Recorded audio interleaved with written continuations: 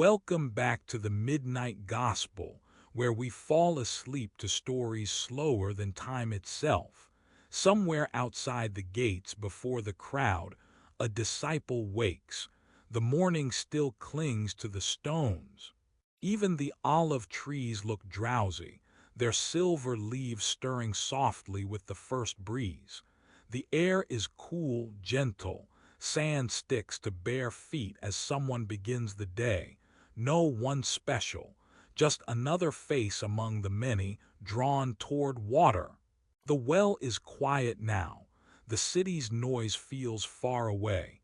Here only the faint, patient brushing of linen against stone, a rhythm almost too quiet to notice, the kind of sound you forget until you miss it.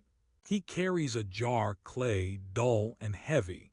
There's nothing urgent in his steps, no hurry, not even a prayer on his lips, only a soft, sinking silence. He places the jar beside the well. For a long time he stands in the hush, watching dust spin in the sunbeams. The stone is cool beneath his fingers and he rests there, listening to the nothing that fills the morning. Somewhere a door closes. Someone laughs far away. But here time only widens, stretching and slowing without effort. A bird flutters, small and gray, landing near the jar. It pecks once at the ground, hops, then looks up unafraid. The disciple doesn't move. He breathes quietly, letting the air fold around him like linen against stone. He draws water with careful hands, noise lost in the sleepy hush. The well is deep and still. Drops slip, echoing softly inside, each one a small secret, a sleepy wish sent down to silence. For a moment he remembers the stories of this well, the footsteps that once lingered, the conversations that hung in the hot noon, but those are just memories, carried like dust on the wind, swept quietly aside by the morning. His own hands are plain, marked by work. He feels the sunlight shift, cool then warm, soft on his skin. The task is simple: fetch water, bring it home. The world waits unhurried. He asked for nothing and still felt full. You don't need to stay awake for the story, it will stay awake for you. I woke when the sky was only a dark wash, blue, not yet gold. There was no bell, no rooster, only the hush under my little roof. For a while I stayed there, half under my woven cover, letting the cool press over my face and arms. Everything felt heavy but kind, like the air was holding its breath. Only one star lingered through the window, not bright but enough. I didn't move until it faded, blinking and soft, behind the last ropes of night. Nothing called me up but habit. Time was slow and gentle here. My fingers found the edges of my bedding, fingers rough from yesterday but steady. I folded the cloth in half, then half again, smoothing its wrinkles. There was no rushing. My mind was empty, just following the cloth's lines. It's quiet work before the house fills, before sandals scrape the street. Breathing shallow, careful not to wake anyone, I rolled from the sleep mat. My feet were cold, stone, dust. I listened to them on the floor, the tiny sounds of skin meeting earth. Every morning, something inside me says to move with care, as if the house itself might crack under too much hurry. Near the door, a jug waited for me. The water inside was cool from the night. I poured a little over my hands, then bent low. There is something slow about washing in the dark. Fingers to brow, cool drips on cheeks, the feeling of waking up by small degrees. Nothing stings. Nothing needs to be clean for anyone but God. The worn sash was waiting too. I tie it every morning, sometimes in a knot, sometimes loose.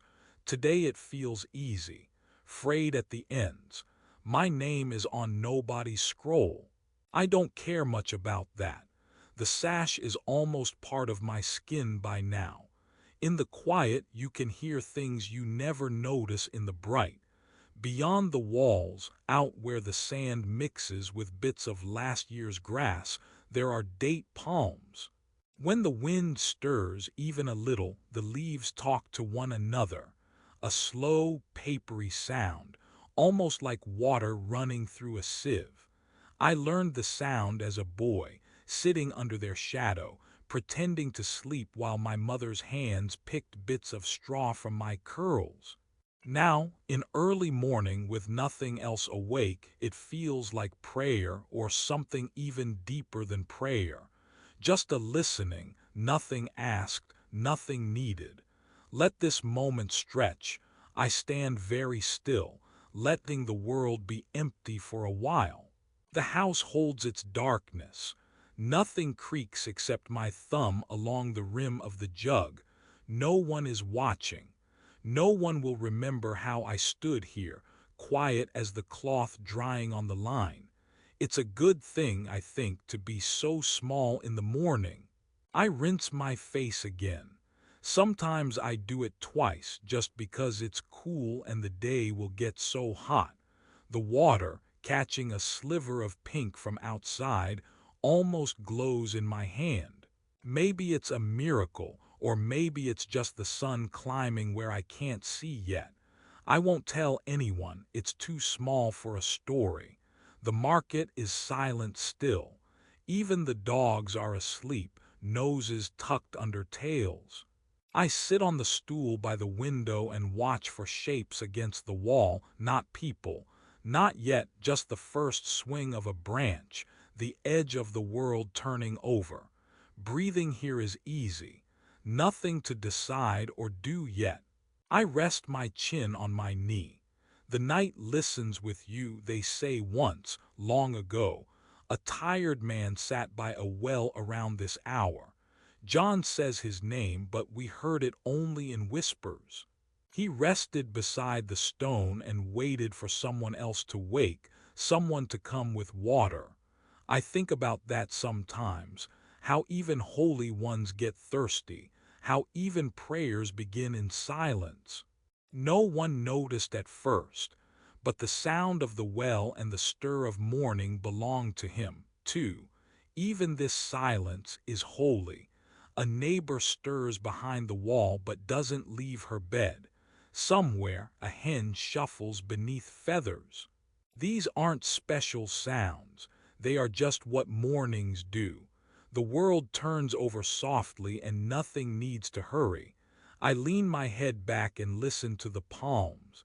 The soft hush-hush, palm against palm, leaf replying to leaf. For a minute, I can almost feel the whole world breathing, slow and even, like a long exhale held in the belly of God. My hands smell faintly of yesterday's bread. The crust underneath my nails tells a secret that I am the ordinary kind of hungry. The market is not ready. The sun is not ready. Even my thoughts aren't quite sharp yet. That's all right.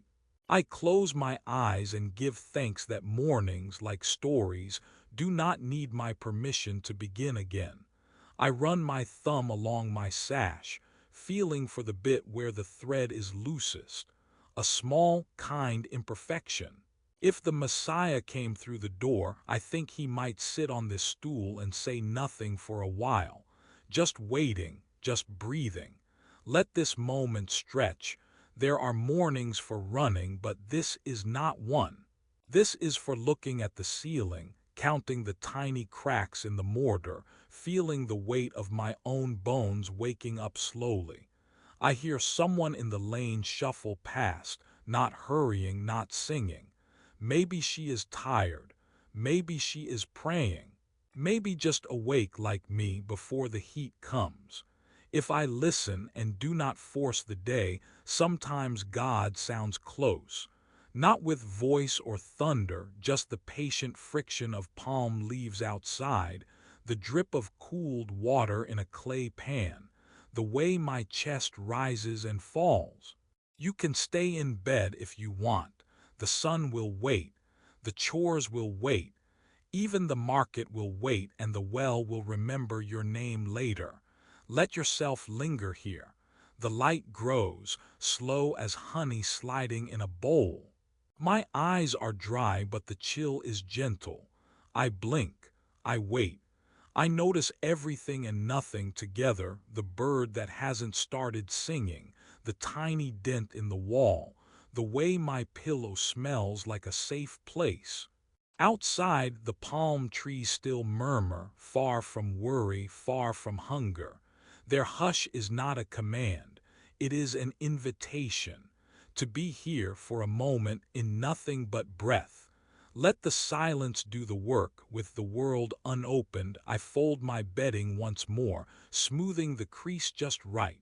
I set my sandals by the door, but do not put them on. There is another minute to wait, another slow circle of peace, before the day opens its mouth and the dust rises. I may be the only one awake, or maybe not. Either way, it is enough. I watch the light, the patterns on the dirt floor. I close my eyes. I let the quiet hold me as long as it wants to. Even this silence is holy. He asked for nothing and still felt full. The story is breathing. You do not need to stay awake for it. It will stay awake for you. The room is cool, clay walls holding the quiet. In the corner, coals glow low, barely showing their red heart. She stirs them with a bit of old wood. There's ash on her knuckles, soft as the flour floating everywhere. Wheat waits in a wide bowl. The grinding stone is worn smooth. She hums sometimes, nothing with words, just old tunes that fill the small space and drift out with the dust motes. From the window, sunlight tries to push in. It finds the flower in the air, making everything seem slower, lighter, as if the whole morning is taking a deep, patient breath. She scoops a handful of wheat, guiding it under the stone. The other woman, older, quieter, sits bent over a robe, pulling the thread through, tugging gently. She doesn't look up much, but her shoulder brushes the wall, steady and certain, as if she's always been there. The stone makes a gentle sound, circling, circling. The younger woman keeps humming. Every few moments she glances at the little pot of water on the coals, watching for a thread of steam. The walls blink with patchy light. Not too much salt, the older woman says, but not really asking, just letting the air hold the words. No, the younger answers, rolling her wrist as she grinds. Only what stays on your tongue. They don't say much more. Not because there's anger, but because the work fills the room and prayers are hidden in small, quiet chores anyway. She pours the ground wheat, coarse and pale, into a shallow bowl. Water is ladled with slow care, stirred until it all becomes soft enough to press. Her palms are strong, but she moves gently, shaping the dough the way her mother's mother showed her. She presses, flattens, waits. Outside the open window, footsteps pass, not hurried, just the older kind of walking, like someone journeying from the well. Sometimes the two women pause, listening, not for any real reason, just because silence needs to be allowed too. A bird's call slides in, small and repeated, then it's gone. The older woman knots a thread, lifts the robe, shakes it out. Dust falls away. "Bread's nearly ready," she asks softly. The younger woman nods and doesn't say anything. She's watching the dough, waiting for it to give beneath her palms, giving back in kind. In the air you can taste a little of the hunger and a little hope. She doesn't ask for anything. Still, there's a fullness to her chest, unseen. No prayer is heard, but still, it rises. Even this silence is holy. She puts the round, pale bread onto the hot stone. The smell ties her to every morning before and all those yet to come. Overhead, the day stretches quietly. Let this moment stretch. The clay jar is empty, but it feels heavy at first. My fingers find the cool, dry handle, worn smooth by mornings like this. As I lift, the rim presses gently against my hip. The world is quiet except for the sound of sand giving way under my sandals. I step into the road before anyone else. The sun isn't hot yet, but there's warmth on my arm where the jar touches skin. I move slowly, letting the jar teach me the pace of the day. Each step is steady, careful, no reason to rush. Dust rises in little clouds sticking to my toes. The jar, cracked but strong, swings against my side. It wants to slip, so I hold it close, feeling how the empty space inside it makes small echoes with each footfall. Far away, someone laughs. It doesn't matter who. There's a tug in my shoulder, familiar, not painful. Just the work of carrying, of walking. My arm remembers the weight even when the jar is light. I wonder sometimes if memory itself has weight. Maybe this is what I carry: old days, old talks, small hopes that have nowhere else to go. I pass by the olive grove and hear nothing but doves in the branches. Leaves flicker, sharp with sun, then soft. The empty jar gathers warmth from the day and holds it quietly. I let the silence settle in. Even this silence is holy. Ahead, the road is as ordinary as yesterday. Stones, grass, a broken fig leaf. My feet know where to step. Every step is a kind of forgetting and a kind of remembering.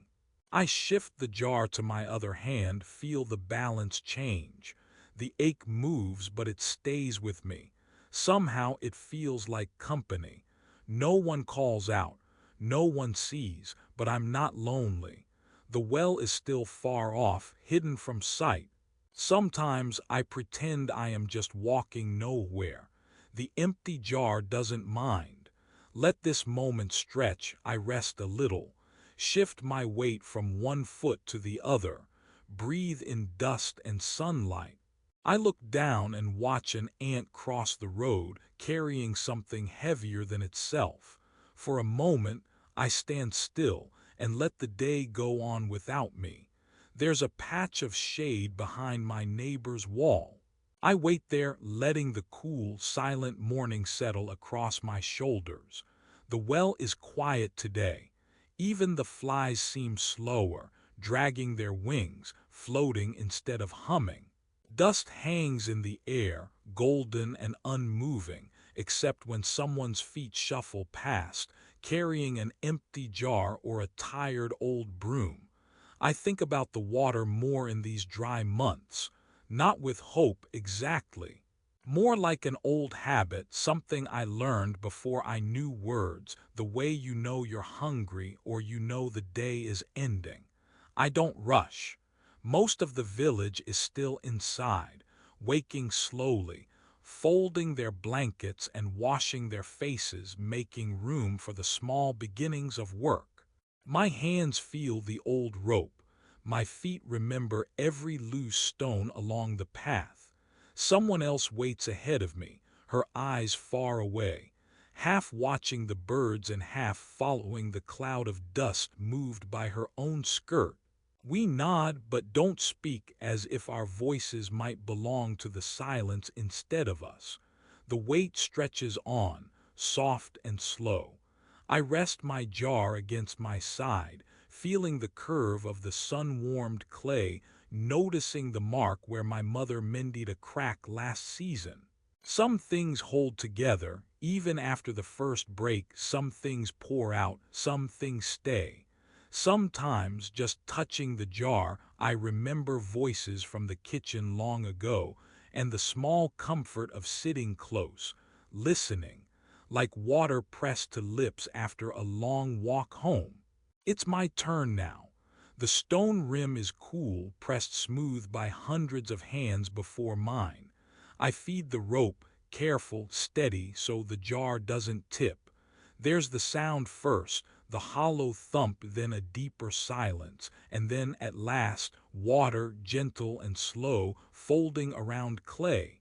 Everything pauses as the earth gives back just enough. I draw the jar up, slow and even. The rope creaks. The weight changes everything, pulling me close to the lip of the well, my muscles lengthening, my breath matching the slow, steady lift. Breathe in, let it out, and again, as the jar rises wet and shining from the mouth of the deep. I don't look for anything hidden, but I think the silence holds something I can't name. Not a voice exactly, more like the feeling of someone in another room, humming a tune you almost remember. I stand there for a long moment, bracing the jar against my knee, listening, as if some old story might find its way back through the cool echo of stone. Let this moment stretch, even this silence is holy. The day will go on, washing clothes, mending linen, boiling lentils in the shadow of the courtyard wall. I will forget the sound of the jar breaking the surface, and then remember it again at dusk, when the animals come, thirsty, brushing their muzzles along the rim. Someone, maybe me, maybe the woman with the dusty skirt, will pass the water, careful not to spill. We'll say nothing about it. The work will hold us together. The well will wait for the next morning.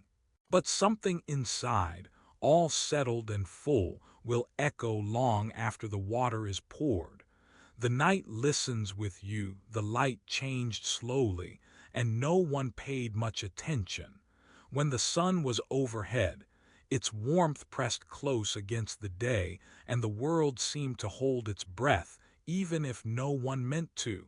Somewhere at the edge of the path, near stones that had turned pale from years of light, a fig tree spread its branches, wide and knotted, as if it wanted to hold both the sun and the shadow. I walked there most middays, not for prayer, though sometimes I closed my eyes, or for any reason that needed explaining. The ground was dry, and the shade was broad enough that two people could sit apart and still feel somehow together. Overhead, a pattern of green moved on the dirt, light slipping through restless leaves, drawing new maps on the world that dissolved the moment you blinked. I was there first, slipping off my sandals and rubbing dust from my ankle. The figs were ripening, skin thin enough to tear if you held them too firmly. A fly circled above my knee. Across from me there was a stranger, a woman or a man, I can't remember, just another figure in the colorless hush. Their jar rested between their feet. Their hands were folded, but I couldn't tell if they were waiting or simply tired. The town was a distant hum, someone calling for water or bread. Here, by the tree, it felt as if the only work was breathing. Let this moment stretch. We sat that way, just inside the hush, neither of us saying anything. The fig tree wore the sun like a slow veil, shadows shifting as though someone tender was combing their fingers through its hair. I watched the stranger, not to study their face, but because there wasn't anywhere else to rest my eyes. They noticed, perhaps. They did not look away, but didn't look back long either. It was gentle, the glance we shared, the way sheep will look at you from the meadow, curious, cautious, not expecting much. Even this silence is holy. From my sack I pulled a fig, a small one, bruised at the seam, sweet as sleep after a long walk. I rolled it back and forth between my fingers for a while. The stranger shifted. For a second, we were just two bodies caught in the pool of shade, breathing old air together. I broke the fruit, letting half tumble into my palm, seeds soft and pink and shining in the sun. Without thinking, I offered it across the space. My hand shook a bit, not from fear, just the thoughtless tremor of a limb at rest for too long. They received it or almost didn't at first. Our fingers curled near each other, then away, the handoff more like a meeting of small birds than a trade. Their thanks was a look, soft, an exhale, not a sound. For a moment, time stretched quietly between us. The air pressed all around, not heavy, but like a bowl cradling quiet things. The light spun gold and green around our arms and shoulders, then changed again with the breeze. If a prayer was spoken, no one heard it but the roots. The stranger's jar remained untouched and my own hunger faded.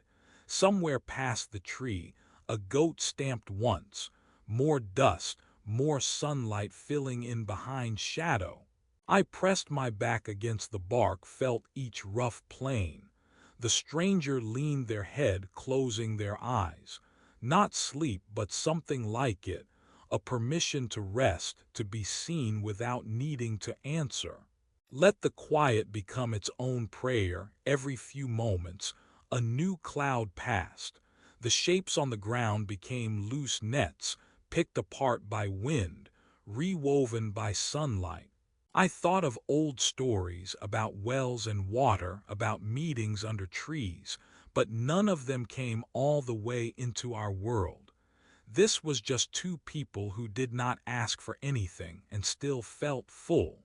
In the town, the bells called out, maybe the sixth hour, I didn't keep track. Here, beneath branches, time arrived and left like a stranger, neither guest nor host. Our eyes met only two more times. The first, just as a kernel of light caught the inside of their wrist, made it glow. The second, as I rose to leave, dragging the heel of my hand through moss, making unnecessary lines. No one noticed the prayer, but it was heard. When I gathered my sack and turned my face back to the sun, the shade reached out a little longer, almost as if it hoped to say something that couldn't fit in words. I left my fig pit pressed into the earth, half hidden by the tread of sandals. The stranger remained, eyes closed, still breathing the slow air. The light kept shifting. The night listens with you, the sun tilts lower on the road home. The jar pulls a bit against my hip, water pressing cool through clay, the shape of the weight a slow, shifting memory all its own. Dust stirs around my ankles. It makes every step a small, private sound, marking time the way each breath finds its place, easy, slow, and then gently leaning to one side, just so the jar's burden evens out. A shepherd passes, his singing almost lost to the hush of afternoon. Far off, a child's call flickers, playful, nearly swallowed by the stillness between olive trees. I pause to listen, shoulder almost forgetting the jar's press, eyes catching on crows circling where the road bends. Let this moment stretch. Nothing urgent here, just footsteps trailing sunbeams, one hand steadying cool water. My dress gathers light dust, everything soft and unhurried. Inside the quiet, even the hills seem to lean forward, watching, not for miracles but for the returning shape of a familiar figure. I stop beneath a fig tree, not for meaning, only for shade. The jar presses in, then settles as I shift my weight hip to hip. Breathe in with the weight on one side. Breathe out as it rests on the other. Everything moves in slow circles. The breeze, the birds, the shadows edging closer. Silence sits with me for a while. The world waits like a prayer opening without words. Even this is holy. Welcome back to the Midnight Gospel, where we fall asleep to stories slower than time itself, Somewhere outside the gates before the crowd, a disciple wakes. The world is pale and cool. The wind slips quietly over stones, never in a hurry. Birds hardly bother the silence, they wait too. A bowl sits by the door, water not yet warmed by the sun. Sand settles along the rim. Last night it drifted in as it always does. The village still sleeps. Even the goats lie still, their sides rising and falling, untroubled. Someone moves behind thin curtains, but no one speaks. There is bread to make today and feet to wash, but there is no rush, none at all. Not here, not for you. Let this moment stretch. You don't need to stay awake for the story, it will stay awake for you. Inside the clay walls, everything holds the sunset. The orange sinks in slow gold, washing the rough places, streaking across the small piles of folded blankets and catching in the corners where dust waits quietly. A breeze moves in from somewhere unseen. The linen hanging near the door shivers, then falls still. In the hush, there is the soft slap of a brush through tangled hair. Outside, someone sits on a step, picking at old knots, not in a rush. Her elbow rests on her knee, head bowed low, and the silence keeps her company. No one speaks yet, there's no need. Across the room, an olive rests in a clay dish, deep green and full. Fingers roll it back and forth, feeling its cool roundness. They wait before biting into it. There is no hurry for salt or sharpness. The light finds the olive, and for a moment this little gem glows as if chosen, though it's just an olive, just evening, just hunger. The door creaks open, slow, tired, the sound floating into the room and blurring into the quiet. Someone steps outside, their shadow stretching long across the swept earth. The wind presses the cloth against the walls and then lets go, gentle as a sigh. Nothing is urgent now. The day's chores are gone, water is carried, bread is wrapped in clean linen, sandals are set side by side near the entrance, the dust brushed away but not all the way gone. Let this moment stretch. Evening makes everything wider, slower. You can hear it in the way the birds grow quiet, like a kind of held breath, as if every living thing is waiting, not for a miracle, just for the next gentle thing. A man sits by the well not for a sign, only because he is tired. His ankles crossed, back curved in a loose shadow. The stone beneath him is cool against his hands. He asked for nothing and still felt full. Inside, hands move across the low table, collecting crumbs into a small pile. The table's wood is worn smooth, shaped by years of cups, elbows, and prayers that no one would call prayers, whispered as a woman hums over a chipped water jar. The hum is not a song of longing, just something to fill the air while the last bits of light move up the wall. If you watched the walls long enough, you'd see them change from flame to bronze, and know that time is not always counted in hours. The night listens with you. Beyond the step, a boy drags a stick in the red dust, tracing lines that vanish every time the wind stirs. He doesn't mind. Nothing he draws needs to last. There is holiness even in things that fade. The olive is bitten at last, quietly, the sound almost lost in the soft scuff of sandals by the door. Someone laughs at a memory only they know. Someone else coughs once, shallow. It all happens in the corners. Wine sneaks in again, bringing the scent of the distant hillside, something green, something a little wild. The linen curtain flutters softly, settles and flutters again. If you listen between the flutter and the hush, there is peace layered inside each pause. Let this stillness stretch a little wider nearby, A young woman dips her fingers in a bowl, swirling cool water over her wrists. She sits on a hard stool, face turned to the window. The clay wall glows around her, shadow and warmth mingling. The day, small as it was, now feels like a gentle field. Nothing loud, nothing missing. She combs her damp hair, eyes half closed, the simple brush of wood and water repeating until every knot is softer. Even this silence is holy. A goat nibbles just beneath the window, its teeth clicking so faintly that the woman smiles.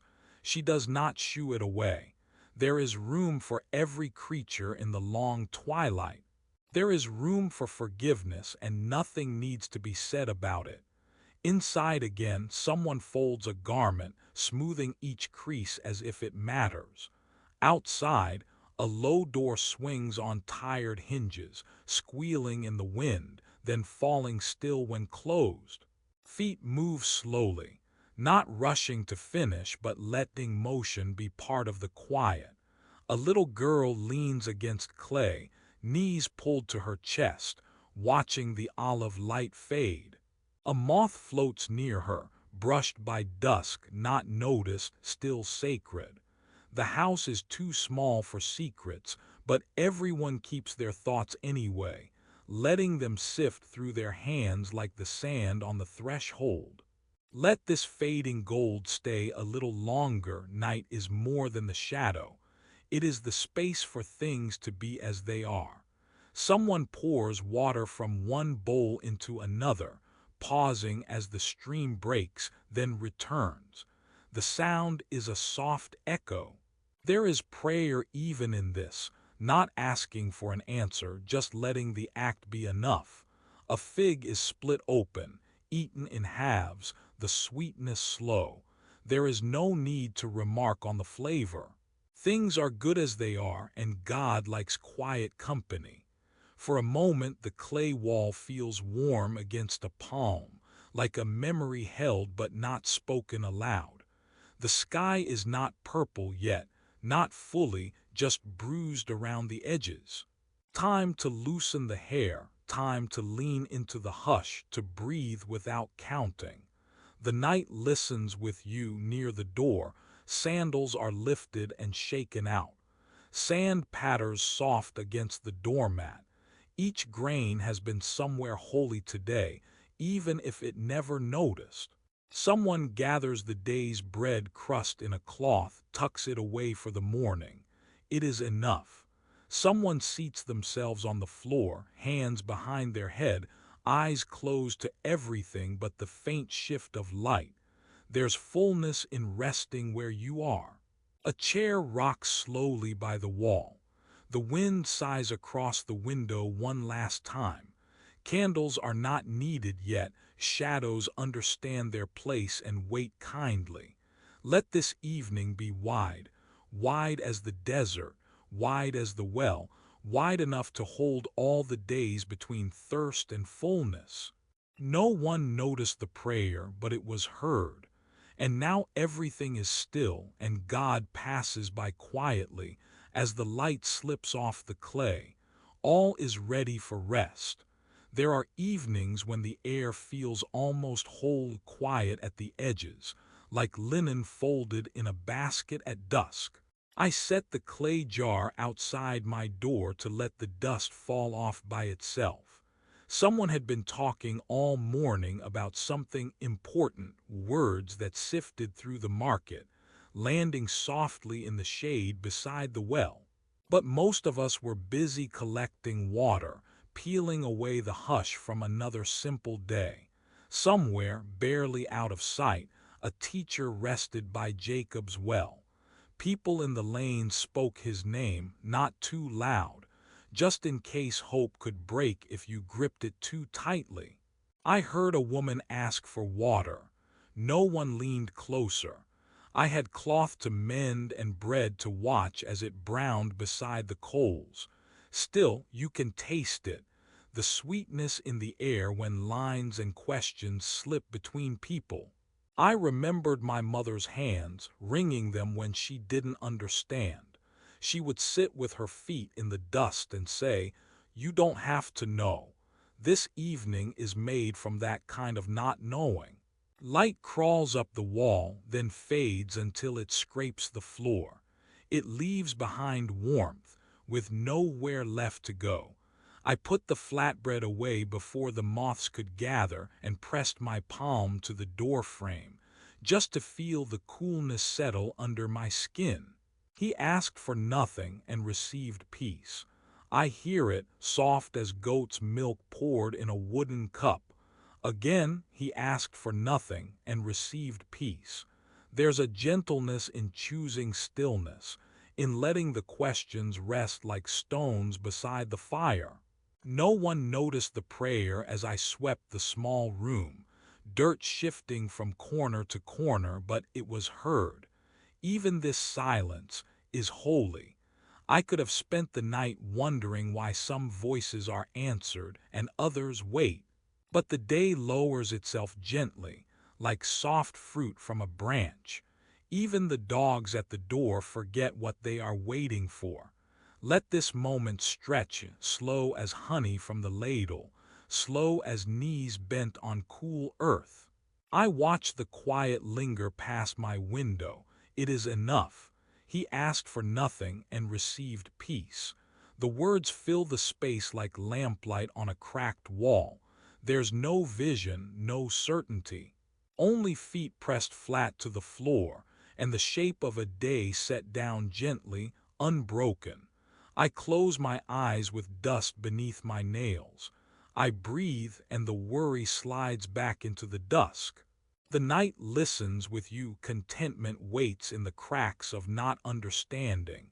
No lesson was learned, no question fully answered, but something good settles inside, small and warm as evening bread. I set the jar down. The word remains. He asked for nothing and received peace. The floor is cool underfoot, scrubbed soft by evenings like this one. A bowl of lentils waits by the doorway, nearly empty, a spoon set carefully beside it.